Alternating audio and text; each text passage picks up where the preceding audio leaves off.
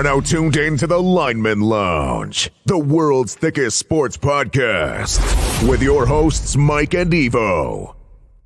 Como están, bitches? This is the Lineman Lounge. I'm Mike. That's Evo, and this is a Sunday, but there is no fucking actual football on. We're going to have some Pro Bowl games, but fill your Sunday up with these two dumb, lovable, thick idiots.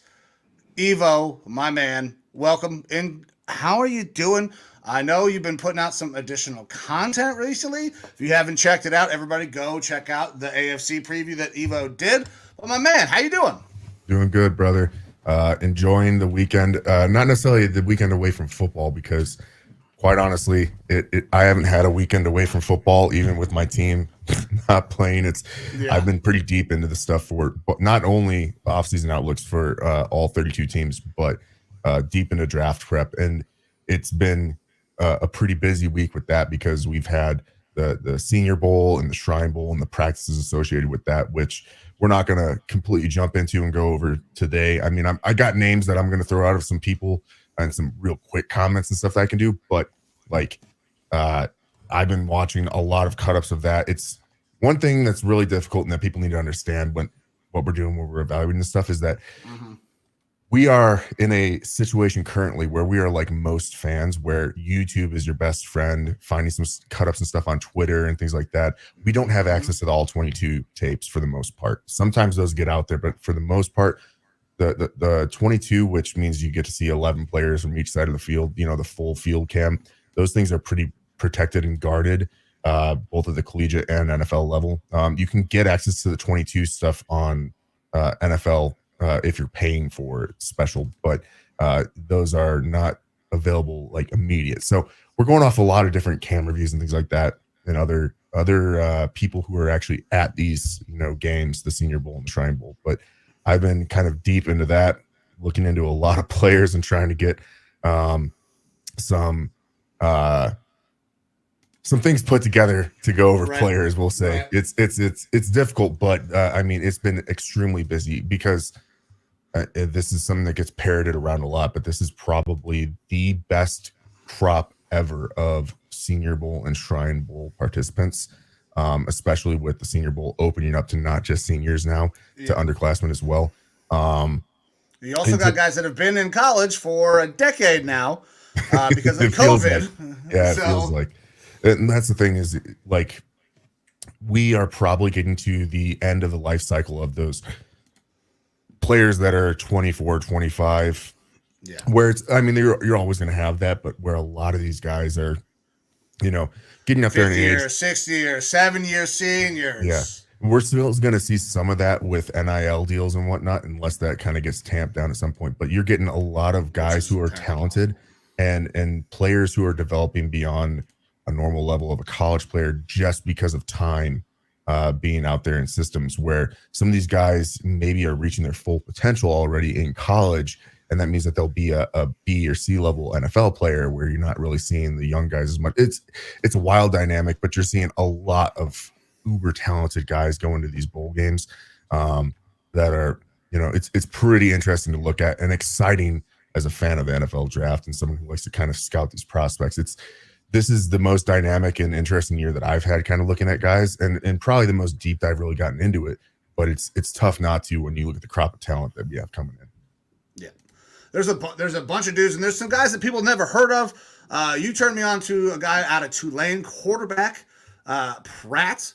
Had a good week at Senior Bowl. I don't want to dive too far into that. We're going to cover all of the offseason, like the Pro Bowl, the Senior Bowl, the East-West Shrine Bowl, all of those bowls, all your prospects. We're going to get into all of that, but that's not what we're going to necessarily dive right into today. Oh, and look, the good timing for both of us. Same time, yeah. And neither is that. We're not going to we're not doing Super Bowl predictions today. As far as I'm concerned, we're not doing them today because, listen, there's a lot of things that still have to shake out over the next week. Yeah, and we have to have something to talk about next week as well. So next week is going to be really devoted to the Super Bowl and what's going on there. Unless there's, obviously if there's other NFL news, we'll go over that. But next week, the Super Bowl and our predictions and stuff for the game, that's when we're really going to get hit into it. This week is definitely going to be catered a lot more towards the last week in NFL news. We've had a bunch of coaching hirings.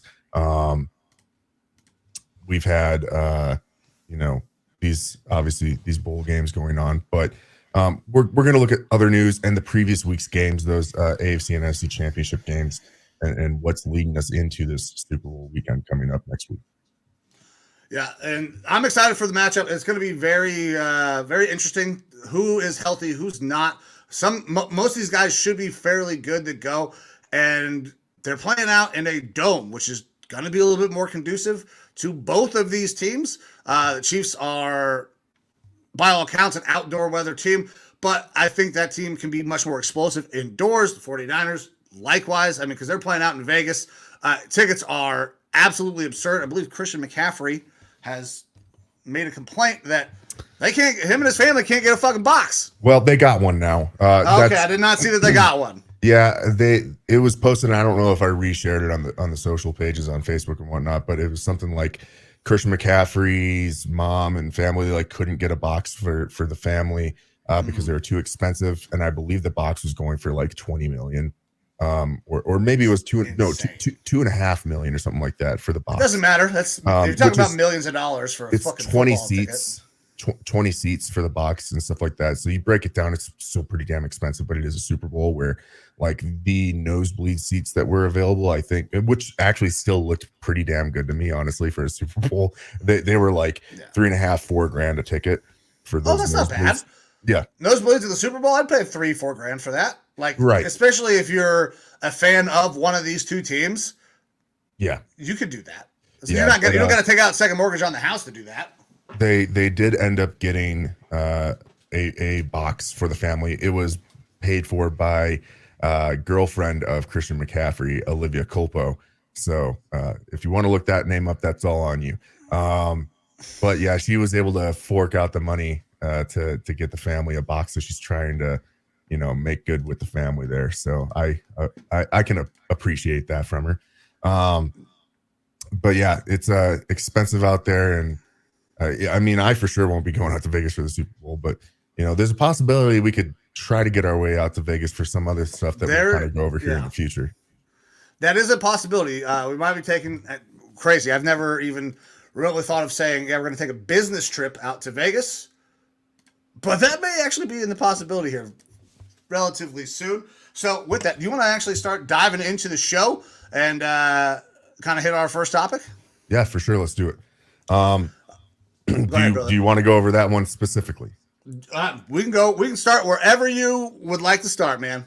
All right. So I kind of got keyed into this early in the week from a friend, a co-worker who has a bit of connection to the story that we're going to go over. And this is getting into basketball and high school basketball in particular.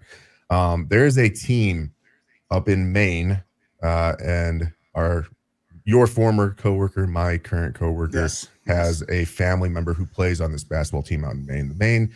The team is the Mariners, Oceanside High School boys basketball team. The Mariners, they're a Class B title contender. They are 12-0 currently, and they're averaging 94.8 points per game. They are absolutely beating all their opponents. Shit. There's specifically two players on that team, twins, who are big time national players, going to be going to college.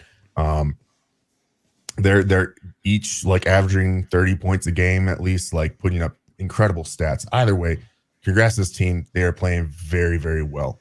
The reason why people are really kind of focused on this team is that I guess Maine's Principals Association officials contacted the school because they were receiving complaints about lopsided scores. Other schools were getting upset that they were getting absolutely demolished. And they started threatening this school, saying that they were going to be getting sanctions or penalties and things like that if they keep running up the score, potentially impacting them into the high school basketball playoffs. Obviously, this kind of locally caught fire because, parents were upset. And on a real small level, especially for those twins, it could impact their college careers and scholarships and things like that. Yeah. And I guess the the coach there, that team in Maine already instituted some, ways to lessen the blowouts to an extent, and it really didn't work. Yeah, I mean, so what I was seeing is that this team is stacked. They're really, really good. Now, why are they stacked? I don't know. But if I were going to make a guess, it's probably because these kids from fucking Maine have been playing AAU basketball together their entire goddamn lives. Yeah. Yeah. They have that kind of, it looks like that athlete gene where it's like they are hyper focused on being the best. You can get on some of the Facebook pages for Maine basketball and stuff like that, which did a little research into it. These kids are practicing every single day without the coach, like running a practice. Like they're practicing on the weekends. They are hardcore into it because this is something that they could potentially have as a career. But some of the things that the coach had already instituted was like fourth quarter, they're putting in all their backups and the score is still getting to the same point. Like this team is just really, really good. Either way, it, kind of brings into the question of competition. And, obviously we have mercy rules and stuff like that in certain sports, but in general, I don't remember there being a mercy rule in high school when I played like football or anything. This is more maybe a running clock, but I don't even fucking remember a running clock in high school. Yeah. Like I remember beating the shit out of a team. We were like 49-0. I'm not even sure we ran a running clock then. And this is because high school, like at that level, you're competing. This is no longer about playing time and making people fucking feel good. Like there are now states that have legalized high school NIL. This is not just, oh, my kids want to have fun anymore at that point. Once you get there, it's time to be a player, be a baller, or you go ride the bench. Or if that team is way fucking better than you, they're going to beat you. What do they expect this team to do? To drop a game? Like we're just going to play the JV? The way it sounds is the JV would beat the shit out of all these other teams too, because these kids are actually dedicated to their sport. They're running practices without the coach. They're not breaking any rules unless coach has some sort of underhand deal like you will be practicing this time even though I can't run it. I don't think that's the case. No. Why would it be? No, this is just, look, I mean, if I'm a part of that good of a team, I remember my high school football team was ranked in USA Today as like in the top 5 of 5A schools for football because we were undefeated. We were really fucking good. And that just drove us to be better. Like we were all on our own time, weight room, practicing, stuff like that, going over stuff outside of school just to make sure that we were that good. So that way we could, continue forward and be one of the best teams that we could. But I'll read some of the stuff here from this article. So like I said, Larry Reed shared who's the head coach of the team, that the Maine Principals Association contacted him after it received complaints of lopsided scores. And he says, I don't know who made the complaints or how the complaints happened, but there were complaints to the MPA that we are winning egregiously, and we were told that we needed to ease off the throttle. And he said that they would, attempt to do that. One of the players, Cohen Galley on the team, said he doesn't think his team's been unsportsmanlike in any way. We've got a lot of guys work hard all year long to be great players and be a part of a great team, but people want to drag that down. The coach has, like I said, been putting in the coach has been putting in backups for parts of the games. He's gone as far as commanding the team that when they have the ball, not to shoot the ball in the final minute of the game. Which if I'm watching a game and it's like we're throttling a team and now my team's just not going to attempt to play anymore. Why you're not going to do that? Because here's the thing, and this is what I don't understand, is that everybody is worried about the kids that they're beating. What about the kids that are winning? What are you telling these kids that are actually going out and working their ass off and winning these games? That your hard work should not mean as much as it does? That you're going to step off the throttle? No, fuck that. Like, I understand not rubbing it in, but we're talking about basketball. What do we expect them to do? Take shot clock violations? Take dribble violations? 3-second violations so they can turn the ball over, so they can make this thing look good? We're not even talking about playing the fucking game anymore at that point. I don't understand how you could possibly do this. That's like me telling one of my kids to go up to an at bat and don't take the bat off your shoulder. You're not even fucking playing baseball at that point. If these kids are out there bricking shots on purpose, they're not playing fucking basketball. You can't tell them to not shoot and just take violations. This is stupid. Apparently, in looking into this for junior basketball, there's already a mercy rule of sort, which basically says that the team's defense is required to drop within the 3-point line when they're more than 20 points ahead. It's a defensive restriction. Idea is to promote sportsmanship in the junior basketball league. Like, I don't really like that. I understand it for like some like very youth sports, because once you hit middle school, that should stop. Yeah, you're teaching those kids how to play, and it's tough to teach them when there's an ass whooping happening. However, getting into all this and how we think that it's kind of a bullshit way of manipulating competition, essentially. Someone a little bit more star-studded got word of this, who's from the Maine area. Dana White, owner of the UFC and WWE now, right? Something like that. I believe that there is a parent company that owns both. I believe he's on the board. Yeah. Vince McMahon, I'm pretty sure, is no longer on that board. We're not talking about that, though. Yeah. But Dana White was on a podcast called The Mac Life, I believe, with former presidential candidate for the Republican side, Vivek Ramaswamy. And he said, quote, apparently there's this basketball team up there that's incredible. High school, college team, I'm not sure. But he said they're really good. They are smoking teams, and the state's now going to try to impose something on them. They're going to try to be penalized for blowing teams out of the water. So I'm going to reach out to the coach of the team out there and see what I can do, if anything. I want to bring that whole team out to a fight in Vegas. I want to reward these guys for being such badasses. When these pussies that control whatever the league or whatever league they're in or whatever are trying to do this to them, it's disgusting. And every one of you that are involved in this in the state of Maine that are opposing these things on this team, you guys fucking make me sick. He went on to talk about basically like, neutering competition and stuff like that. And Dana White's, like I said, from Maine. He's been known to do things for Maine schools. In 2011, he donated $100,000 to hit Herman High School in Bangor, Maine, to improve their athletics complex. He's pretty involved in some of those Maine athletics. And so, interestingly enough, like I said, he's going to try to get the team possibly out to like a UFC event or something like that out in Vegas. He also said that he would, try to set something up in talking with the head coach about having the team go out and play one of those top teams out there in Vegas, high school basketball. Just whether they get blown out one way or the other doesn't really matter. He just wants them to be able to like go up against other competition, kind of be unregulated by the state of Maine to see, what they got and let them show off. Like if they're as good as they seem to be out there in Maine, like it's only going to help those kids, with their college prospects and whatnot.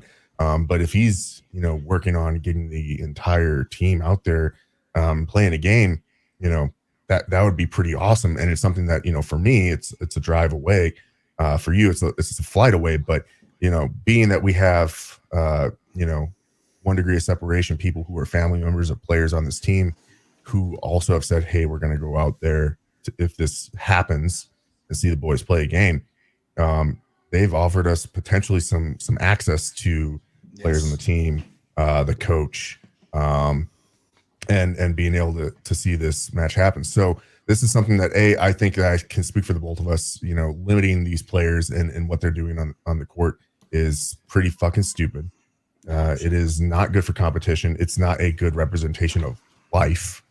You don't win everything.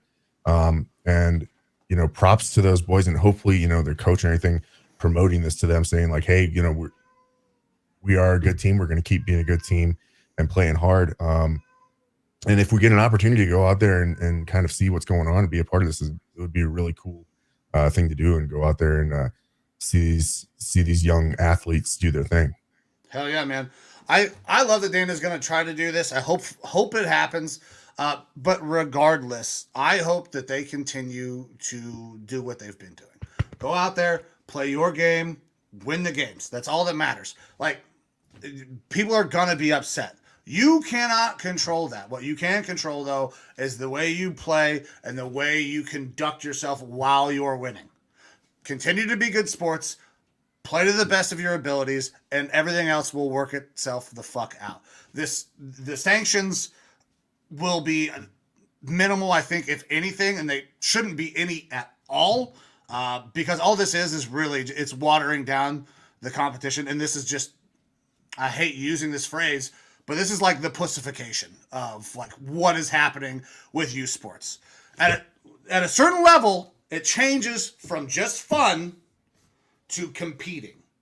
And in high school, they're competing because there are kids in other states that are making money off of their name, image, and likeness. And those kids are going to be well seen and they're going to get scholarships. This is not just about a couple of high school kids that are sad they're getting their asses kicked. You're potentially hurting kids who could go on and do great things in their life and their career with those opportunities. Stop being so short-sighted and stop worrying about the hurt feelings of people who are not winning. Now, if I had to guess, because this has gone more from a local issue to getting some more national spotlight here when you're having a former potential presidential candidate and a owner of a multi-billion dollar probably sports industry in the UFC talking about this and getting it out there to the national media. The executive director of the MPA, Mike Burnham's, declined comments on this and stuff like that. I believe probably because this is getting that national spotlight, they're probably going to have to think about taking a step back and being like, okay, you are kind of getting caught and looking like shit for doing this, especially if there's nothing like already written in rule about mercy rule type stuff like this. And they're probably going to back off a little bit. But it's something that, so I wanted to highlight, and I was asked by our friend to kind of highlight here and say like, hey, some bullshit is happening up here at this team. And to make sure that it gets out there to the people that, like, you know, we promote competition, and want these guys or these boys to still be able to do what they're doing. Hopefully it's something that we can kind of be a little bit deeper into, especially if things kind of move out here towards the West Coast and get a little bit more airtime. Yeah, absolutely. So if you guys are not sure, if you just tuned in, we're talking about that Oceanside High boys basketball team. They're kicking ass. Keep kicking ass, guys. And if you go back, watch this, for a couple people that are just tuning in, and go check out this team, they're awesome. But are you ready to move on? Because I don't want to hit this too hard, because we might have a chance to really cover that story to its full extent later on. Yeah, absolutely. Let's get into the rest of the stuff that happened. Do you want to go over last week's football games? Yeah, let's hit those games, because, I mean, we're talking about potential Super Bowl matchup for next week. We need to know who won, why they won, and is it going to matter come fucking the Super Bowl? Yeah. All right. So both games were on Sunday. First game was the AFC Championship game, Chiefs and Ravens.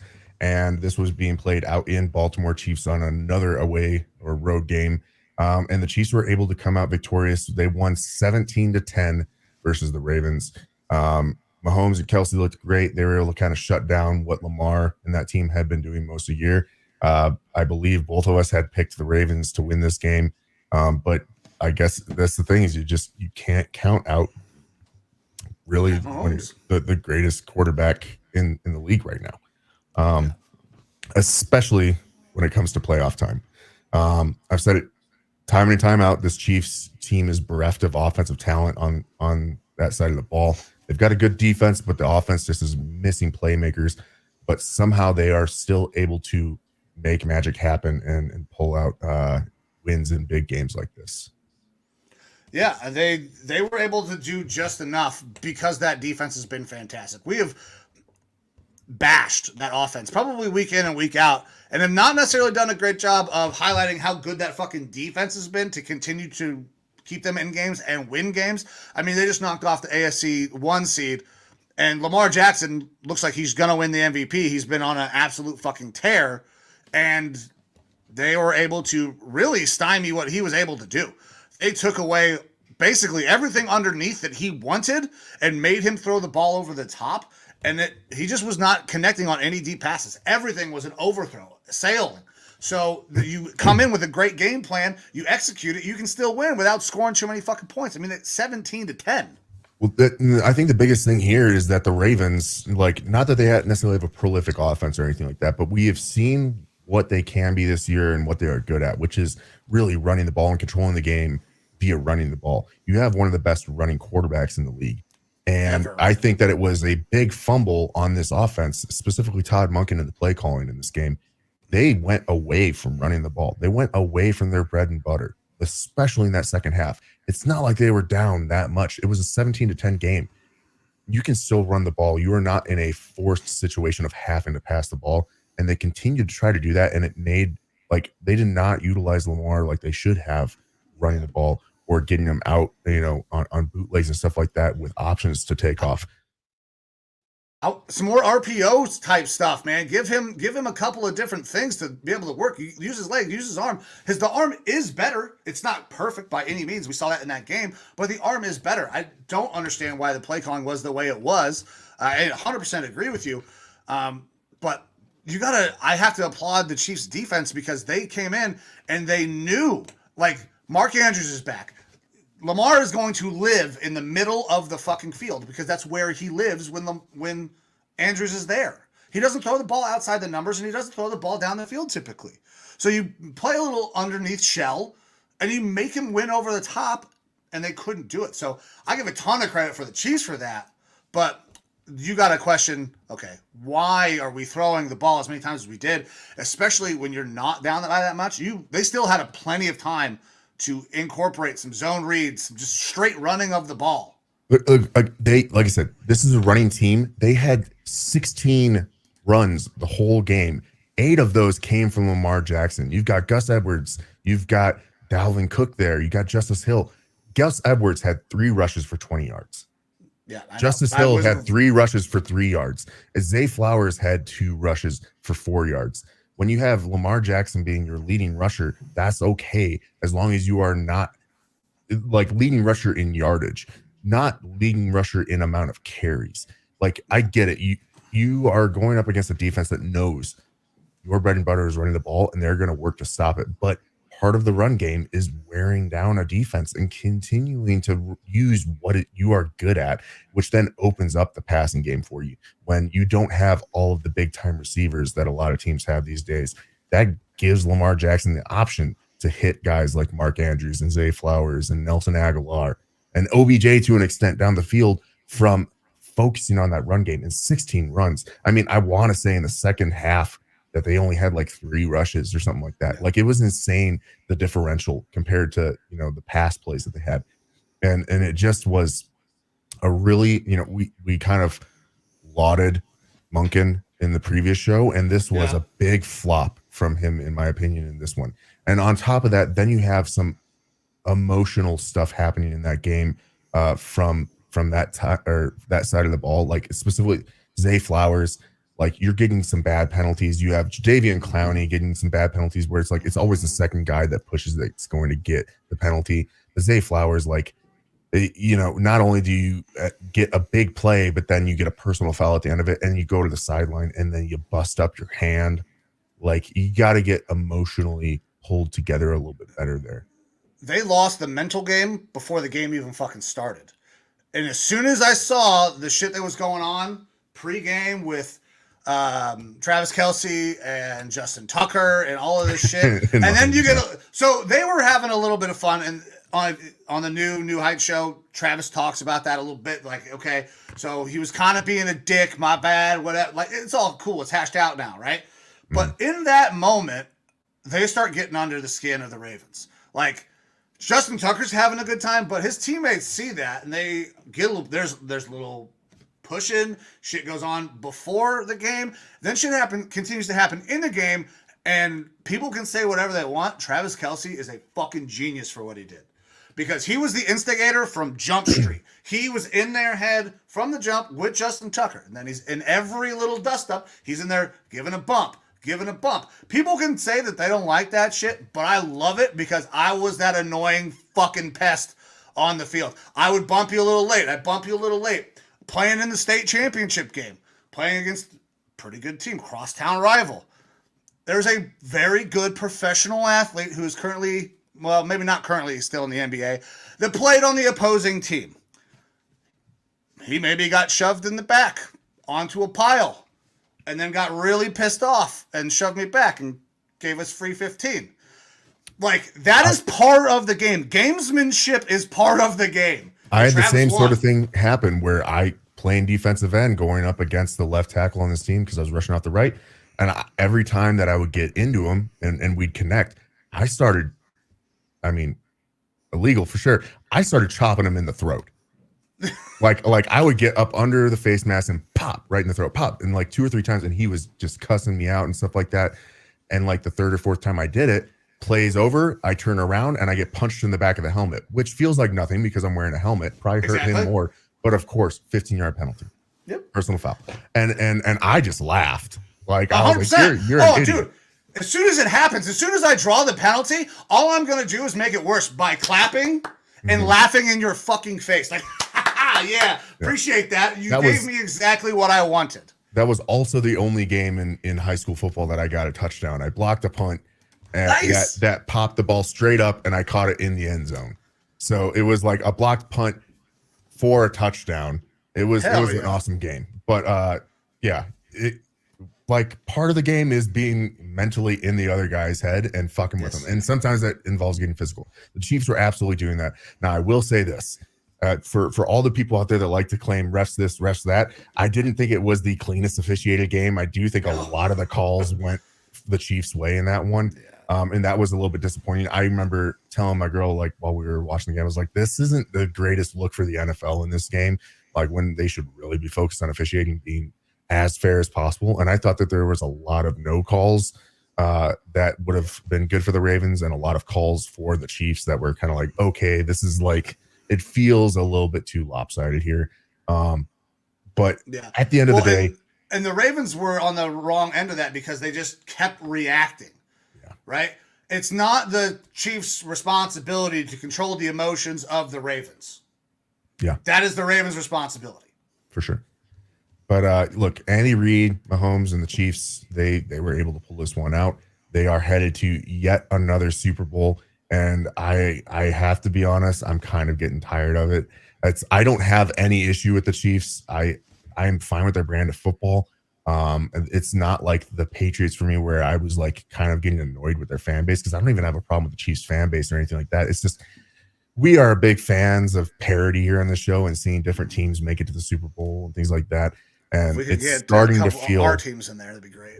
Yeah, that would be amazing. But look, it is just it's starting to wear out its welcome of seeing the Chiefs in the Super Bowl every single year. It feels like, and it's not to the level of the Patriots yet, but I'm getting that same feeling where I'm just kind of like, again, like I'm tired of seeing the same things, same players and stuff like that in the Super Bowl.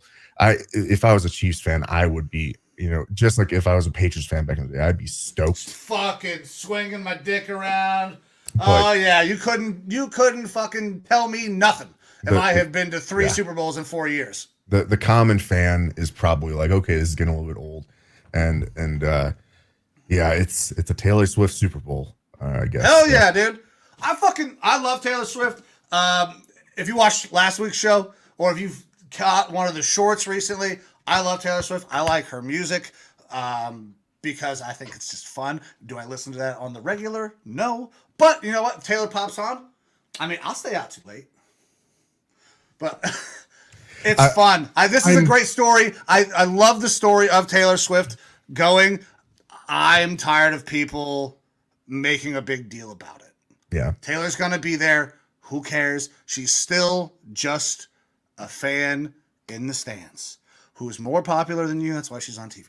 Yeah, I'm not a big fan of the music personally, but I did see something. I don't remember if I shared this or not, like the amount of revenue that she's generated for the Chiefs. Dude, on her, like she's a money-making factory. That's why the NFL keeps fucking showing her. That's why the Chiefs are all about it. I feel like it was something like just this year, like she's attributable to something like $325 million in revenue for the team in some way, shape, or form, which is fucking incredible. Like that's awesome for the team and everything. But yeah, the story, it gets a little bit played out, I guess. Like we said last week, who really cares? As long as it's not impacting the game on the field, like I don't really care that much. And if it goes beyond this 1 year, then it's going to definitely start to get that played out feel to it. But at the end of the day, anyone that's kind of bitching and complaining about it is just bitching for probably the wrong reasons, just to have something to bitch about. It's not that big of a deal. And Joe Rockstar here, we're going to get to your game here in a bit, but he did have Eminem out there with the San Francisco. Yeah. Had to walk himself back to 8. Well, I mean, I don't know about you. I got nothing in my brain. At least that's what people say.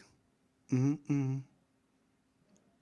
Okay. I'm just going to keep tossing in Taylor Swift lyrics throughout the show. You go for it. Yeah. And you know what? Most of them are going to go over my head because that's not my brand of music.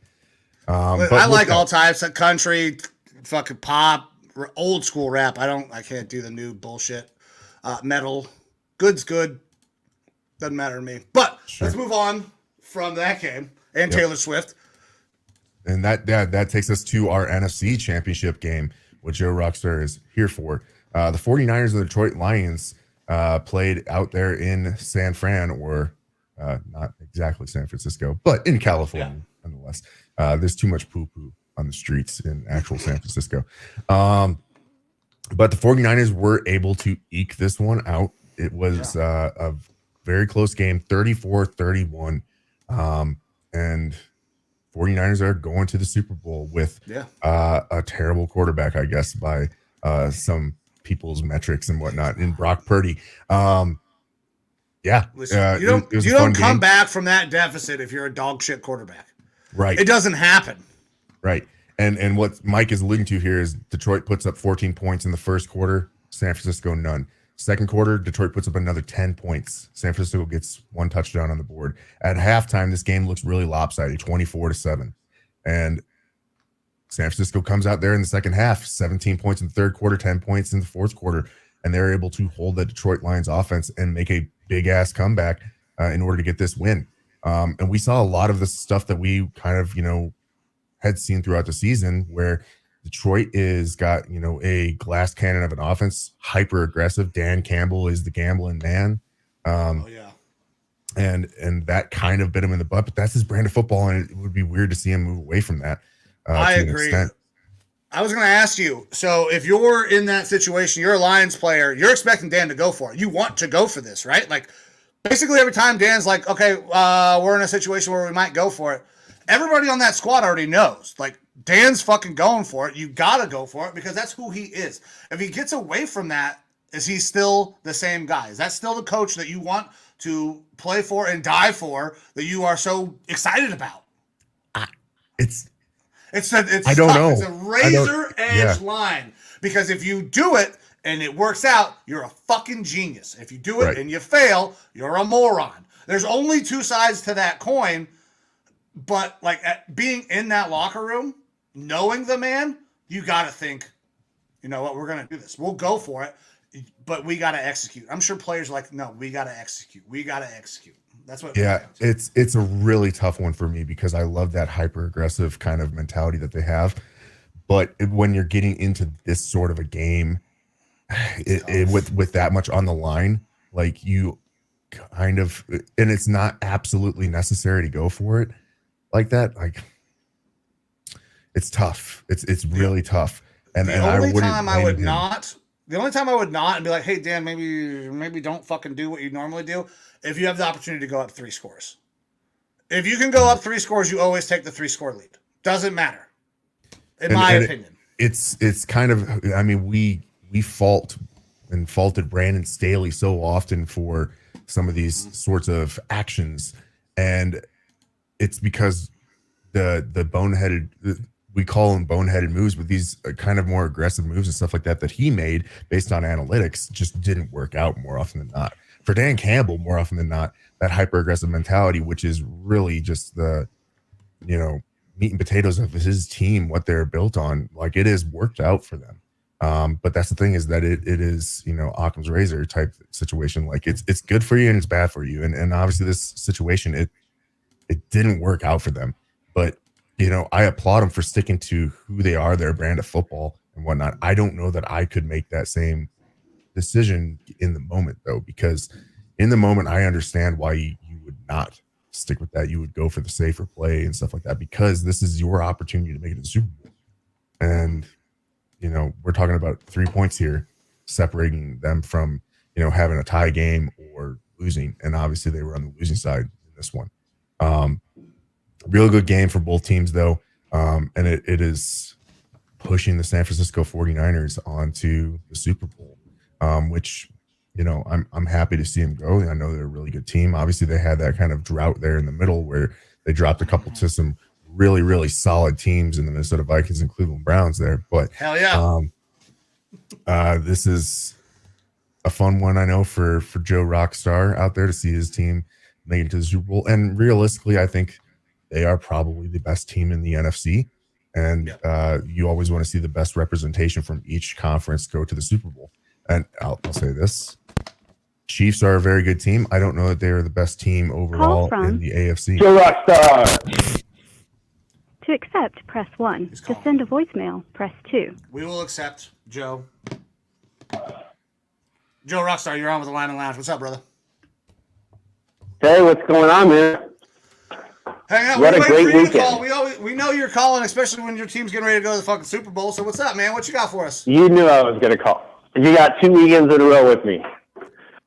So I thought that was a great game. How were you guys worried about the halftime there? The question is, were you worried about halftime? I wasn't worried. I was like, man, if the 49ers win, I'm going to make a lot of money. I will tell you this. I said this to the few people that I talked to during a game, and it was basically, if this defense cannot stop that run game, then it doesn't matter how many times. It doesn't matter if Brock Purdy scores every possession. If we can't stop him from scoring, we are screwed, which was obvious. But I didn't give up on him, and I didn't doubt him, and that's what Don't Stop Believing played at halftime. I don't know if you heard that. Journey was in the house playing our song, and once I heard that at halftime, I don't know, I got superstitious and thought, man, we're going to win this game. And when we came back, we ended up winning the game. But the hot take that I'm getting this week, it's really irritating me. You guys haven't said anything about it. It's really driving me nuts. Is this what are they calling it? DA ricochet, when the ball goes off the helmet of the other player and it's received by Brandon Ayuk on this amazing catch that he makes right there. What is it? 51 yards, 5 yards from the goal line. That people are saying, it should have been intercepted. I firmly believe that had that been intercepted, they would have called pass interference. Flag. The only reason they didn't call it is because they wanted that to count. Yeah. I firmly believe that the NFL was like, we want this to count. Yeah, I mean, so look, the call should have been made. In my opinion, there was pass interference there. It worked out. I mean, get the catch, get the score. All is well that ends well. But there were a couple calls, a couple of things that the players didn't do a great job of helping out the calls either in certain situations. Like, you got to go back through the defender when you want those calls. But listen, I made it work. You catch that off the helmet, like that's the David Tyree style type shit that everybody's going to remember forever. Evo, you got anything? Yeah, that was a great play. I mean, by Brandon Ayuk. But I just think the one thing that the Purdy haters are coming out and saying is that he threw what should have been an interception. What he actually threw was a perfect ball had the route not been interrupted. And we got a bad connection today, man. You're cutting out, so I can't really hear everything you're saying, and I hope I'm not cutting you guys off. I just wanted to – I know you guys want to talk about Super Bowl next week, so maybe I'll call and we'll do our deep dive into what you can expect out of the Niners as a fan who watches every game, watches game tape. I can give you the inside scoop next week, but we'll save that for next week. But, yeah, go Niners, and don't stop believing, baby. Lineman Lounge, I'm out. Later, brother. Appreciate you. All right, that was Joe Rockstar. Let's unhook all this shit so I can get rid of the echo. And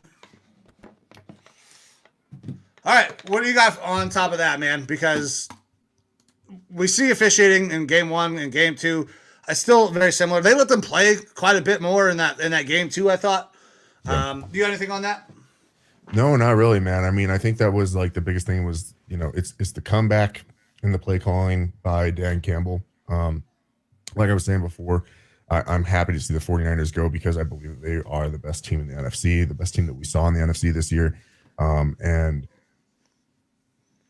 I don't agree that the Chiefs are the best team in the AFC, but you can't obviously argue with the results. They made it to the Super Bowl based off of their play, and it's their team that just kind of has to make it into the competition at the end of the year, and then they have a chance to make it every year. You can't really count them out.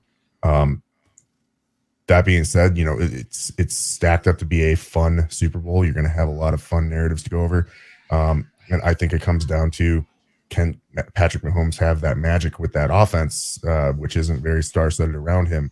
Or on the flip side for San Francisco, I think the whole focus is going to be on Purdy.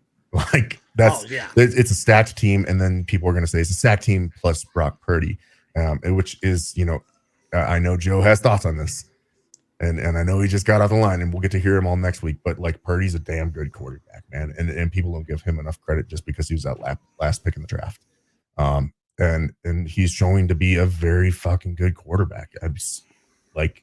It's not just because he was the last pick in the draft, it doesn't matter anymore.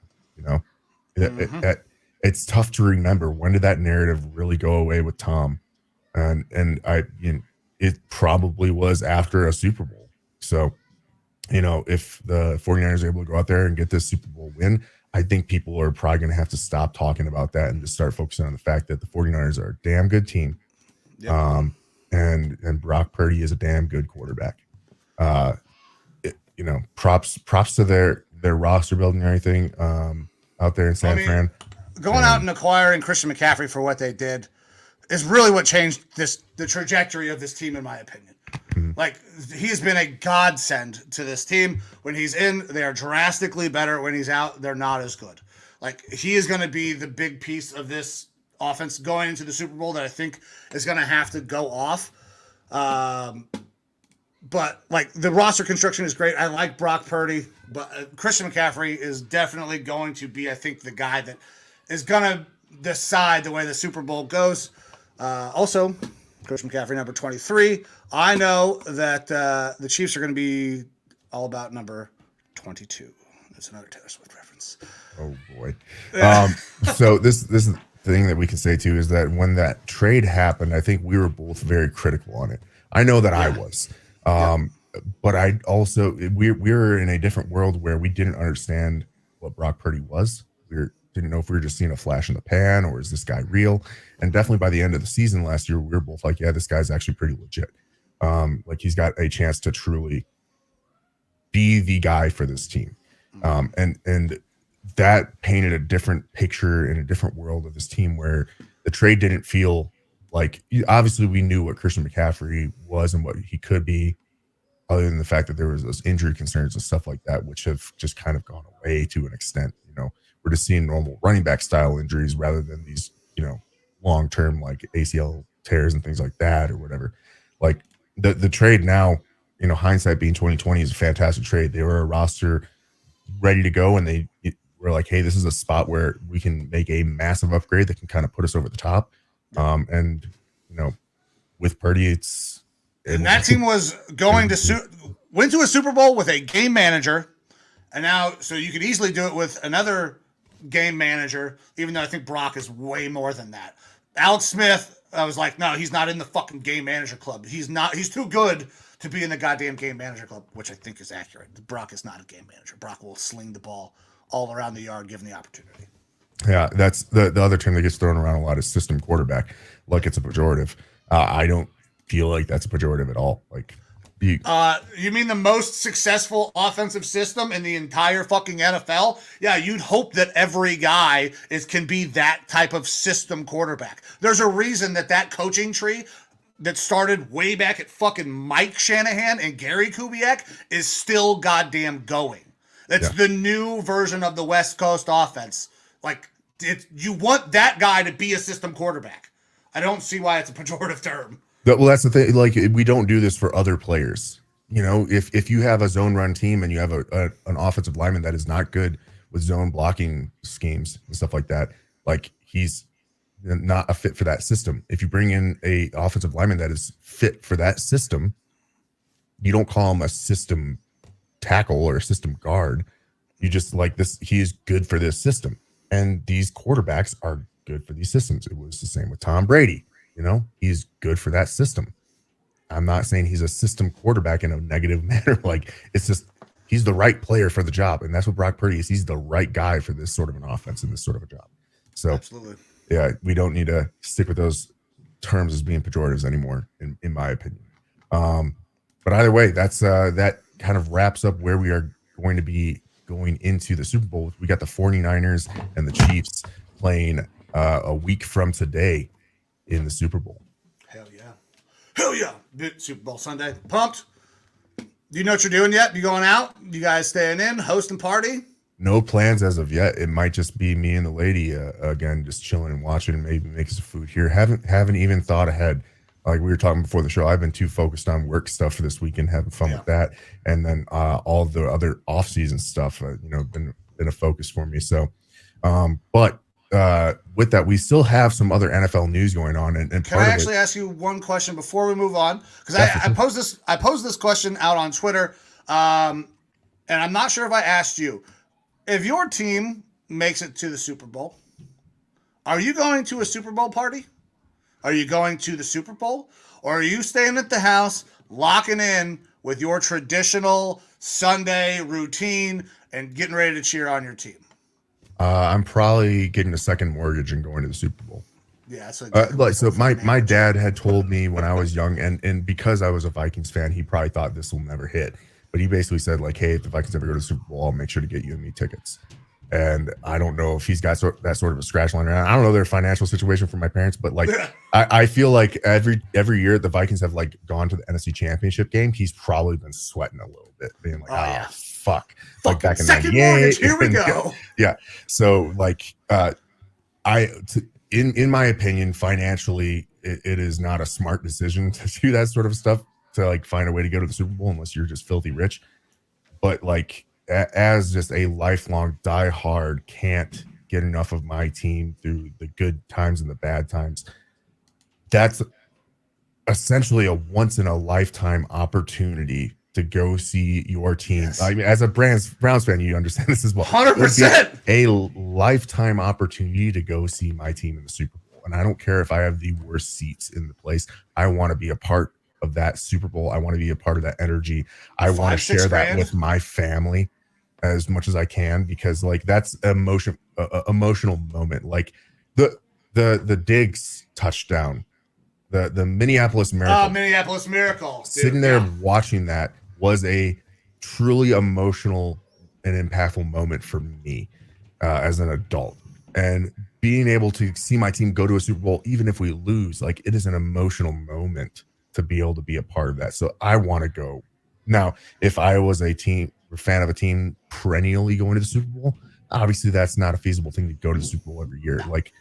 And at that point, I don't know. I don't know if I'm going with friends, family, going to a party, staying at home. I'm not sure. If I had a team that was consistently going to championship after championship, I'd want to go and be with other people and hang out and enjoy that, because I'm very confident my team will be back there, right? But for me, number one is I'm finding a way to go to the Super Bowl. 100%. If the Browns make it, I'm going. I will sell a car, a kid, kidney, whatever. We're going to the Super Bowl. If for some reason it is not possible, I cannot acquire tickets, the last thing I'm going to do is go to a Super Bowl party. Even living out here, because you're going to have people that are not watching the game for the sake of watching the game. And all I want in my fucking life is to watch the Browns win the Super Bowl. I want to focus on the game. I don't want to hear you chitting with fucking Cindy Rottencrotch about how funny that goddamn commercial was, because who fucking cares? I'm ready to watch the Browns win the Super Bowl. So I don't think I could do a Super Bowl party. It would be go to the Super Bowl by myself, and then Super Bowl party would be last. Yeah, that resonates with me as well. I feel like if I wasn't able to financially go, I probably wouldn't want to be around anyone other than like my girl, the kids, or something like that. Like, Yeah. just let me focus That on the is- game, have yes. some decent food. Because here's the but, thing: like, if they win, you're crying your ass off, right? yeah, yeah, 100%. I did the same thing when the fucking Cavs won the title. Cried my eyes out, dude. If the Browns win, I may have a stroke. yeah. That's like bringing it back to the Minnesota Miracle thing, the Minneapolis Miracle. I remember sitting on my couch feeling so dejected and just sitting there being like, damn, it's over. And then watching that play happen. And it was probably the one time in my life that I sat literally unable to move, jaw dropped, crying. Like, surreal, completely surreal moment for me. And I know that the same sort of feeling would come over me if we were to go to the Super Bowl and win a Super Bowl. Like, I would be an emotional mess, riding a high like I couldn't believe for a while, and I don't want to be around other people for that. Right, I've got an image to uphold. Yeah. All right. That's the only question I had before we can go ahead and move on. But that's an important question for people that have never touched one, never been close to one. Are you going to actually go to that party? That's true. That's true. But yeah, so with that we had more coaching moves, coaching changes, things like that happen in the NFL. Some of them actually surrounding that Lions team. You had both the offensive coordinator and defensive coordinator being looked at for head coaching positions. But interestingly enough, you have Ben Johnson taking himself out of the running for the Washington Commanders job, which everyone generally thought was his to have, and decided to come back to Detroit and run it back. And it kind of makes me question, is Dan Campbell running a cult out there in Detroit? Because from everything that I've seen, Ben Johnson isn't getting a new contract or more money or anything like that to stay in Detroit. And the Washington Commanders situation looks very enviable for a lot of reasons. A lot of cap space, going to get one of the top quarterbacks potentially in the draft. New owner, fucking, like, there's a lot of things to like about that scenario. And people still are trying to figure out, what it is that caused Ben Johnson to not take that job. I mean, he turned down jobs last year as well. And for a lot of these coaches, you might only get one shot to be looked at as a head coach. You saw this with Byron Leftwich out in Tampa Bay. Like, he was a hot name for head coaching positions, and then that kind of shriveled up, and I have no idea what Byron Leftwich is even doing right now. And this is like 2 years ago that he was being looked at as a hot head coaching candidate. So for him to turn down not just 1 year, but 2 years in a row now and go back to Detroit is very interesting. Now, I've heard things that, he was asking for an exorbitant amount of money as far as being a head coach, like the highest paid, potentially, upwards of $20 million a year, especially now that Belichick is not a head coach anymore, because I believe he was the highest paid. But he was looking for a lot of money potentially, and that might have scared off the ownership group a little bit. There's other rumors that he was kind of turned off by the ownership group to an extent, which is weird to me. And I get wanting to run it back with your squad and what you have there in Detroit, but at the same time, this is a professional opportunity that you might never see. You might not ever get. It is, I think really that is interesting possible for him coming back. I think it's possible that the culture that has been built in Detroit is something that people are always going to want to be around. Like, you hear about the Belichick tree, that there's a culture. This is very similar. I think it's a different type of culture, but it is that kind of culture where it's like, I want to be here with these dudes. Like, if they make it to the Super Bowl, I bet you Ben Johnson goes and becomes the head coach of the Commanders. But because they came up short, the dudes who are there are like, we got to do this again. We are right fucking there. And imagine those guys coming back and winning a Super Bowl for that city. They will be legends in Detroit for forever. They could go and coach pretty much anywhere else. They could coach inside the division probably. And Lions fans would be like, you know what? He's not that bad of a guy. He brought us a Super Bowl. That's the culture that's been built there. And that would be my guess as to why he doesn't want to leave, because that's special. That's hard to find. This is a show run by two veterans, right? You've been in units where you're like, this is the dude, these are the guys I want to go down range with. I don't fucking want to go with anybody else. These are my people. That camaraderie is something that people who are in tight-knit athletic groups, like these teams, and the military have a good sense about. without that like that culture, that cult, and in military's cases, without that trauma bonding, like you probably don't see this. Yeah. And that's probably the most likely reason why, in my opinion. But then again, it begs the question: is Dan Campbell creating a culture or a cult? And are they the same thing or are they different? And I'm not going to knock the cult necessarily either. Like if he's building that sort of like a Belichick I would drink the Kool-Aid way, like yeah, to an extent, it's I get it from that respect. But that being said, it seems like the first big negative knock to me for the Commanders in this offseason, because the guy that made a lot of sense and really seemed like a good fit and everything, and the one that they seemed like they were focused on completely and had everything set up for, all of a sudden the rug is taken out from under them and now they have to choose something else. And I don't think the choice was the best. Now, you mean you wouldn't have hired White Ron Rivera? No. There's still guys out there that I would have rather like, hey, they let's restart the process. Candidate in fucking house and Eric Bieniemy. Yeah, I would like have. That's the guy that I would have talked to. Bieniemy's getting a job for me before fucking Dan Quinn is. Yeah. No, look, I'll say this: Dan Quinn has had success as a head coach in the past. Obviously, took that Falcons team to the Super Bowl and everything. Dan Quinn's been in the league for a long time. His last game with the Dallas Cowboys there did not work out well for his defense. It's actually the way it's ended the last couple of years for the Cowboys is their defense has shit the bed in the playoffs. Yeah. Now we promote guys like Dan Campbell because he's not the X's and O's guys. He's the motivational leader and head coach of a team.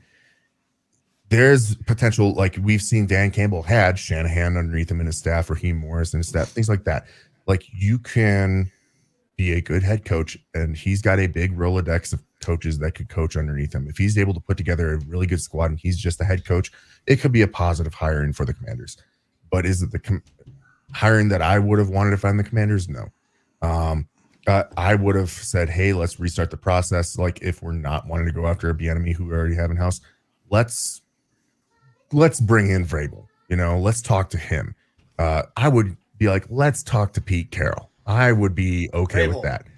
Belichick, Pete Carroll, Bieniemy. There's a lot of names that did not get fucking jobs. Let's talk to Saban.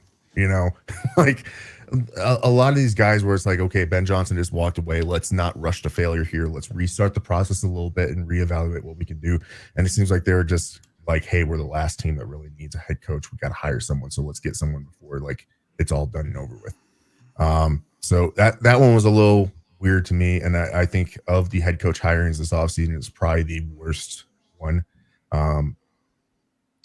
So we'll see how that works out for the Commanders. It is dicey territory. It's really going to be heavy on, can they bring in some good coordinators there? And that's what you kind of have to bank on.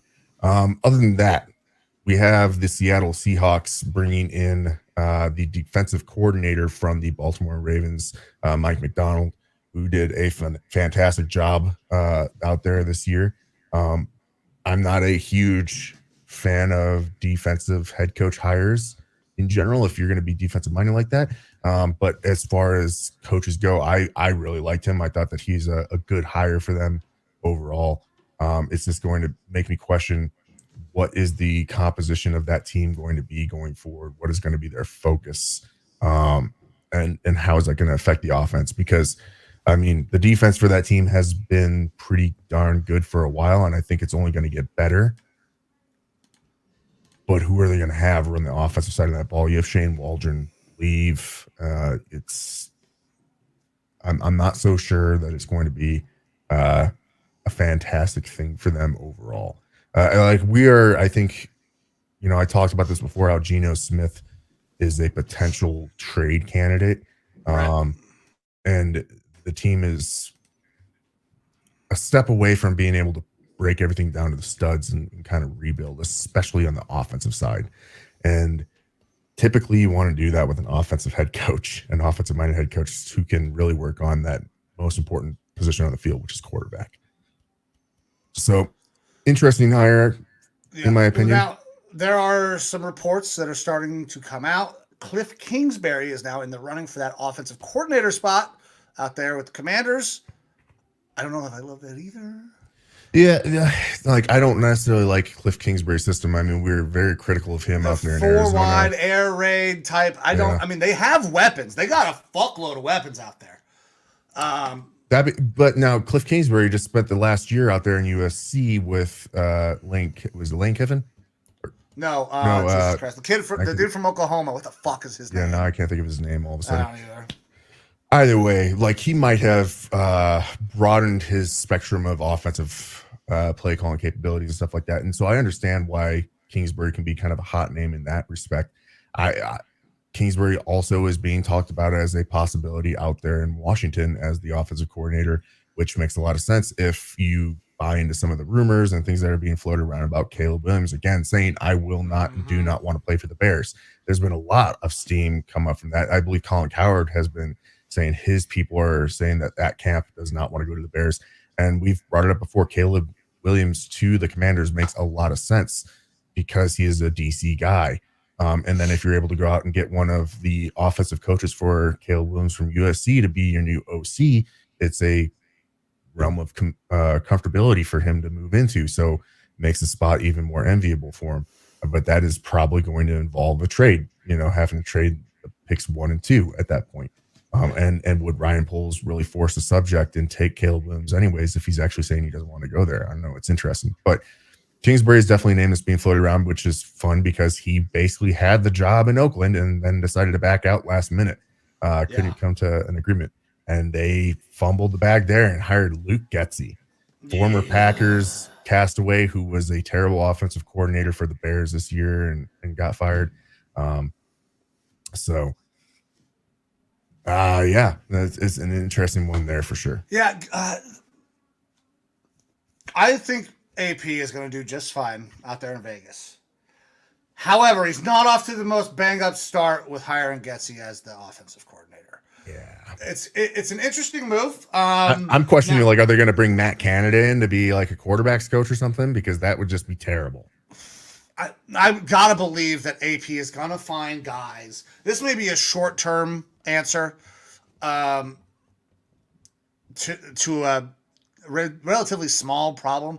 I think now, they're going to see, can this quarterback, is O'Connell the dude? Is he not the dude? They're going to find out very quickly, and they may be resetting anyways to reload at quarterback. I didn't see the comment here. Get that Super Bowl trophy over your left shoulder, and how much did it cost? So I got that because I'm a fucking champion, Joe. That's actually the trophy that we won for the flag football league out in Arizona. We won that, and then 2 days later, I moved away to Ohio. So the coaches out there said, take this with you as a kind of a keepsake, which I'm very thankful for them. Q, Elizabeth, very happy to hear you guys will be getting out of the hospital soon. They just had a baby not too long ago. So appreciate you guys. That's how I got that. There's also a championship ring down there that is Graydon's, but he will lose it. So he asked if I could just put it down here. So that's how that Lombardi got back there. Very nice. Very nice. So where the fuck were we at? Hirings, coaching hirings, things like that. The other major coach hiring that happened was Jim Harbaugh to the Chargers. He's officially been named as their head coach. He's already had his press conference, had a whole shitload of Harbaughisms out there, which is fun. He also made a comment about how don't be surprised if JJ McCarthy is the first quarterback taken or first quarterback off the board. This is the most unbelievable. Listen, I get it. You're trying to promote your dude, but come on, Harbaugh. I kind of said it on the socials. Like, if there's one thing I can almost guarantee you, it's that McCarthy won't be the first quarterback off the board. But if Jim 100%. Really truly believes this on a team that needs a lot of help and a lot of rebuilding, you might as well trade away Justin Herbert for a boatload of picks and go get your guy. And I don't think he's going to do that. He's not. But I have been. It feels like a week to week basis, up and down on McCarthy. I have been down, and not just because he plays for Michigan. Mm-hmm. The man's not a Sunday quarterback. You see it in big games, at least in my opinion. This is the thing, and I know this gets into a little bit more of our draft talk here about McCarthy. I have been doing a lot more research on McCarthy in particular because he's a very difficult guy to look at as a prospect because Michigan ran the ball so damn much that you don't really see as much of him from normal quarterback play. And this is going to get into that system quarterback type thing, like he's running their offense. There's a lot to kind of start to like about him with, he seems like he's got a good head on his shoulders. He's worried about his mental health. He's a motivational guy for his team that players seem to rally around, which is something that you definitely want from your quarterback. He managed a very good team, a national championship team. He's been in that college football playoffs a couple years in a row. He's 21 years old, so he's got a lot of room to grow, and he's not hitting that age marker. He's got the height and weight that you're looking for from a quarterback. And there is film out there of him, making some very good throws and having good accuracy and whatnot. And he's obviously got some good mobility too. We just did not get the amount of plays from him at seeing him do the true quarterback thing as much as you would like to see to really delve into a prospect. And that makes him a little bit more of a wild card. He's not cemented himself in as a second round pick, but he's definitely, if we're talking about a draft where there could be, probably 4 quarterbacks taken in the first round, maybe 5, he's probably number 6 at this point. And that puts him either very late first round or into the second round a little bit. And more, it feels like he's probably a guy that could definitely go to my Vikings. And so that's what's prompted me to do a little bit more research into him. It's not the perfect situation or scenario for me to get him. That being said, I feel like, especially after the Senior Bowl, some of these guys are getting knocked down a lot more. Bo Nix, who's a guy that I've been a fan of, has not had a great Senior Bowl. And that's going to push him down some. Not someone that I feel as comfortable about now taking, late first, early second with some trades and stuff for my team. And McCarthy feels like he could be a good canvas to work with and let sit for a year or two. I definitely don't want to see him out there starting year 1. It's just for my team, that's either means a bridge quarterback in him or Kirk Cousins coming back in him. And I'm kind of off of the Kirk Cousins train at this point. So either way, listen, there's going to be some potential trade partners out there. You can go get yourself a Russell Wilson at fucking 1/3 of the price that the goddamn Broncos paid for him. I don't want to trade. Picks away. Well, you might be able to get Russell Wilson for, no picks after they cut him, assuming they cut him, because we still don't know. I think there's going to be a couple teams that are probably in on the trade for Russell Wilson thing. Maybe, but it'll be for fucking no value. You get like a 6th round pick. Yeah, that's because the contract is insane. Yeah, if we're talking about a trade, I wouldn't be doing it for any more than a 5th round pick, and then you're really twisting my tit for that. And we're having to talk about like restructuring the contract in a way that a lot of that cap hit isn't coming my way for that to work out. That's the only way that I'm really feasibly thinking about doing that sort of a situation. And in that case, I'm okay with Russell Wilson being a bridge, but it's still not ideal for me. Like perfect offseason for me.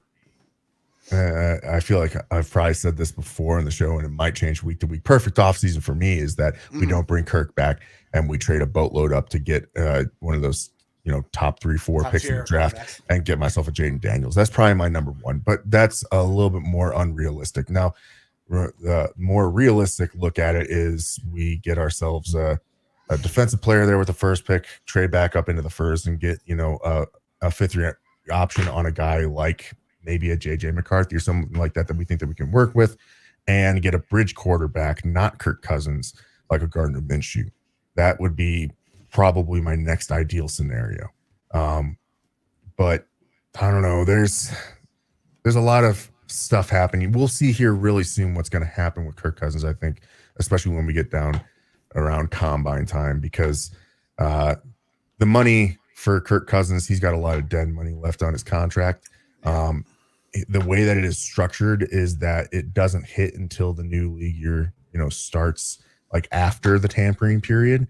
So we'll know beforehand what the Vikings plan is. Like, he'll either be re-signed and money will be moved around, pushing a lot of that off into the future before tampering happens, or if he isn't re-signed, I don't think there's any way he comes back by that point. And once he hits open market, the Vikings are kind of done with him, I think. Either way, I'm super interested to see how that all plays out. I've been looking at all sorts of different scenarios, and this just goes back to JJ McCarthy. Was not a fan of him a week ago. I'm still not necessarily a fan of him this week, but I can find reasons why I think that there is possibilities for him to be a good quarterback and things to work out. And I have to start drinking that Kool-Aid a little bit, because it feels like he's a very realistic option for my team. I fucking 100% know what you're going through, because I did the same thing with Johnny Manziel. I was like, oh, God damn it, please don't pick Johnny. Yeah. Not Johnny. Any quarterback in that draft would have been better than Johnny Manziel. That's Teddy Bridgewater. You got fucking Derek Carr. Like, anybody would have been better. And then you get Johnny at 22. It's like, fuck. Okay, well, this guy's a douchebag, but now he's my douchebag. So let's see what we can do with this. So I understand exactly where you're coming from. So this is the thing, Joe, is Cousins is a free agent. He's a 36-year-old free agent coming off an Achilles tear. He's already not much of a mobile quarterback. He puts up a lot of stats, but the word is right now that he's looking for, from anybody, $90 million fully guaranteed over 2 years as a starting point. So $45 million a year for a aging quarterback who, yes, he's been putting up fantastic stats, but we don't know what he's going to be coming off these Achilles. He's apparently going to start putting out video and stuff of him running here before the combine. So, to help try to boost his stock. And for the Vikings, they already have a $28 million dead cap hit for him this year. So if you were to look at those numbers, we're talking about an exorbitant amount of money for him. And you just don't know what you're going to get.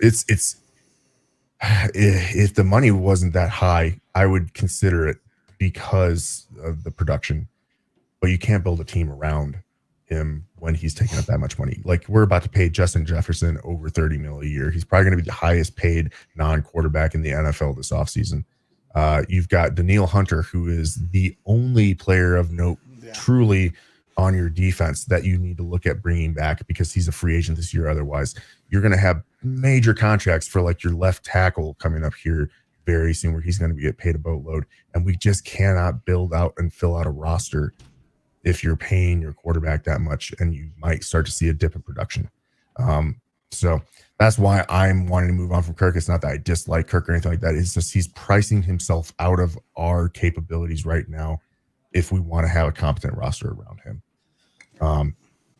So I think that we could see a Kirk Cousins versus the Niners Monday night performance out of him consistently, but I don't think that we can pay for that. Right. That's like to have a good team around him otherwise. So, but this all comes back. Harbaugh, he's the head coach of the Chargers. It's a good hire for them. It'll be an interesting, I think, like next 5 years, because usually that's how far he can play things out with the team. They've got a lot of work to do to construct that roster. It sounds like he has major control over that roster, despite them having a new GM, that he is the final say so with everything, which is fully what I expected from a Harbaugh hire. And it'll be interesting to see how he attacks this. I mean, we haven't seen him in the NFL in a while. Obviously, he's done some good things there in college football for the Michigan Wolverines. And we might be seeing a Connor Stallings on the staff. Who knows? Connor ain't going to be out there. Probably not. The NFL knows the tricks on how people videotape and record other people's signs, thanks to Bill Belichick. Yeah. But honestly, I think, probably a really good hire for the Chargers. They've got a lot of work to do to fix that roster, and might as well bring in a, really good head coach for that, someone who's done it in the past. So good hire by them. Yeah, absolutely. But other than that, not a ton of Anything other else? stuff to go over. There's one other story that we kind of talked about earlier in the week surrounding the New York Jets. If you want to go over that.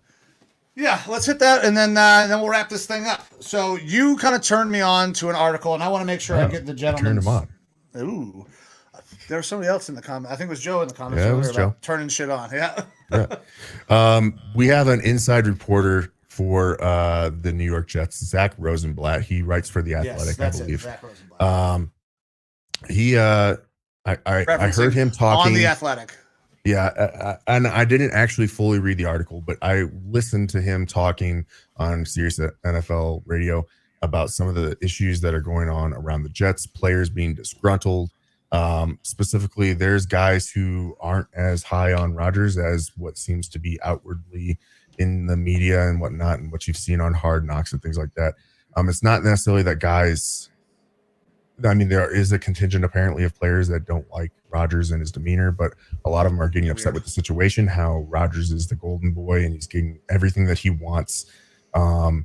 They aren't liking how he seems to be magnanimous all the time, and I'm always right, and I'm the smartest guy out here, and everyone should listen to me. They're upset that all of his buddies just are getting jobs and getting hired and brought in. Apparently, not only are they getting hired, they're getting hired to very important positions. If you read through this article from The Athletic, there's some very pointed statements about what is happening with Nathaniel Hackett. Yeah. Hackett is out of his element as a NFL coach, it appears. He was very popular up in Green Bay with Aaron. They developed a relationship. The article even says that this is not a coach-player relationship. This is more of like a buddy-buddy relationship. And basically Hackett just defaults to whatever Aaron wants to do. And it's Aaron kind of just running the show, and he is almost like a figurehead. And this is something that we talked about Hackett being a problem before, the terrible coaching job that was done with the Broncos. Now it's happening again. The organization is catering to Rodgers, and they're giving people maybe jobs they shouldn't have. Tim Boyle, Nathaniel Hackett, because of him. And then you get other guys that get signed, like an Alan Lazard, who has his worst statistical year after Aaron goes out. Like, that's a bad look. Yeah. The Hackett was the quarterback's coach for Rodgers up there in Green Bay. It is not hard to look good when you aren't having to coach a player.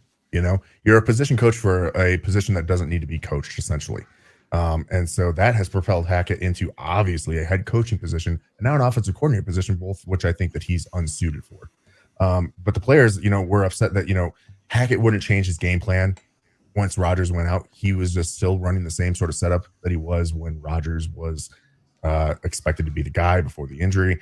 And he didn't adjust anything that they were doing for the, let's be honest, the lack of talent or lesser talent that was going in for him. You're also hearing some stuff around that Aaron Rodgers just basically wants that echo chamber with his frat boys and stuff like that. And the players aren't necessarily happy about that.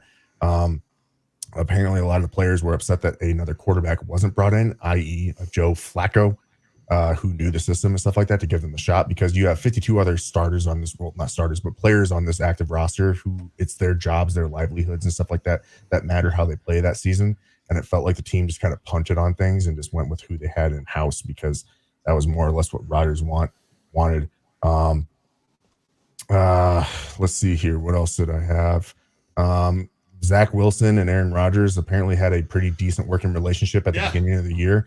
Rodgers was not necessarily mentoring, but he was actually parlaying information to Zach Wilson. And then apparently Zach Wilson, like when he became the starter, kept on going to Rodgers being like, hey, help me out. What can I do here? And that Rodgers basically lost his number, was just off in California doing rehab and chilling and doing Rodgers things. And that he just was not of any assistance to Zach Wilson. Zach Wilson's kind of felt like he was just like tossed aside like old dirty laundry at that point. And then on top of that, there's a contingent of players that are unhappy with Saleh. That Saleh is kind of losing the locker room to an extent, because Saleh would outwardly be derogatory or negative towards certain players or position groups, rather than like, hey, obviously you just lost your starting quarterback for the season. We need to, bond together as a team. Saleh could have taken a lot of that brunt on himself, be like, hey, I need to do a better job at this. I need to do a better job at that. This is my fault. And rather than do that, even if it's not warranted, that's what a leader does. They take the blame on themselves. And he instead kind of put a lot on different position groups and things like that. And the players did not appreciate that, whether it was warranted or not. The players were like, hey, why are you calling me out? Like, to quit placing blame on XYZ person. Like, you are supposed to be the figurehead here. Take the blame on you. No one's going to actually give you that blame. But instead, you're putting it on me, and now you're making me look bad. Some players were not happy with that. And the fact that the team's just like, hey, we're just going to run this all back next year and hope Aaron is here ready to go. A lot of players are not happy with that. I think that it is putting Robert Saleh and that team on the hot seat. The fact that they they have to win this year. Everything on Rodgers' shoulders and Hackett's shoulders and stuff like that. Like, if things do not go good this next year, it's going to be another fucking dirty time for the Jets. I mean, and their potential superstar wide receiver is quoted in that article as saying, whatever the fuck happened this year can't happen again.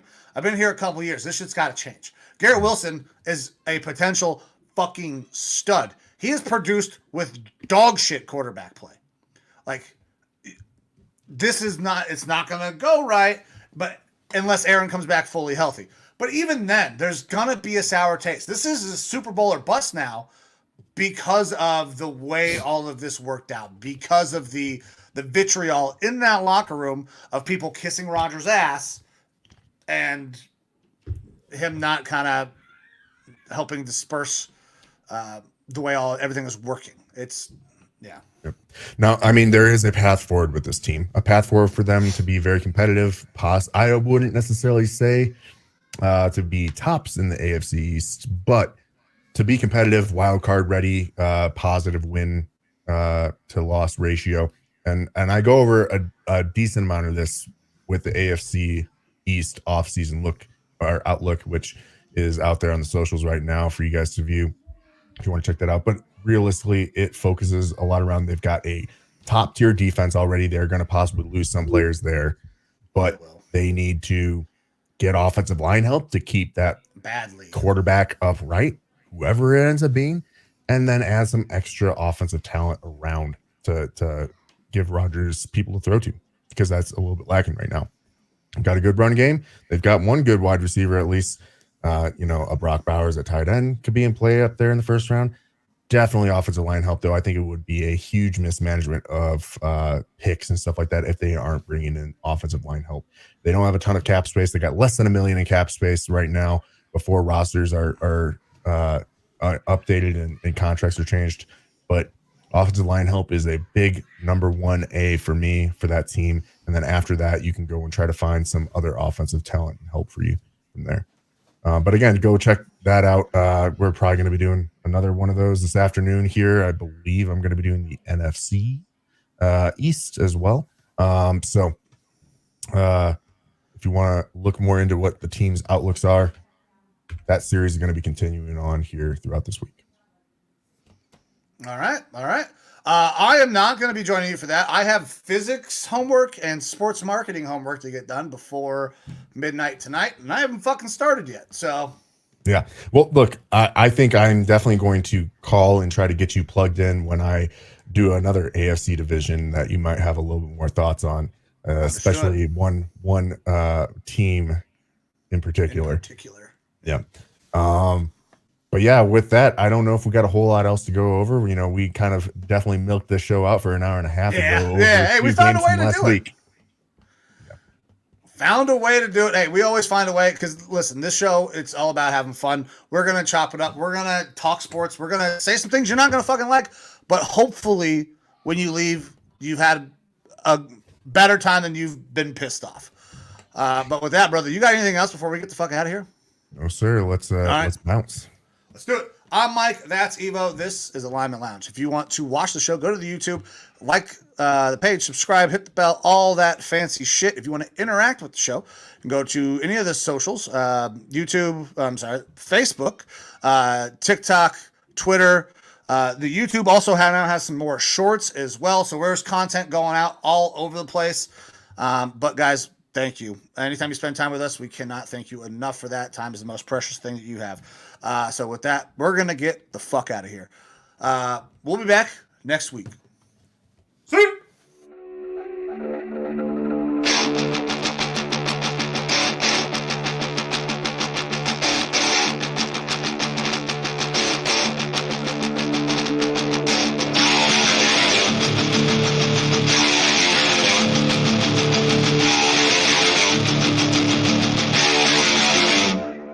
Rogers is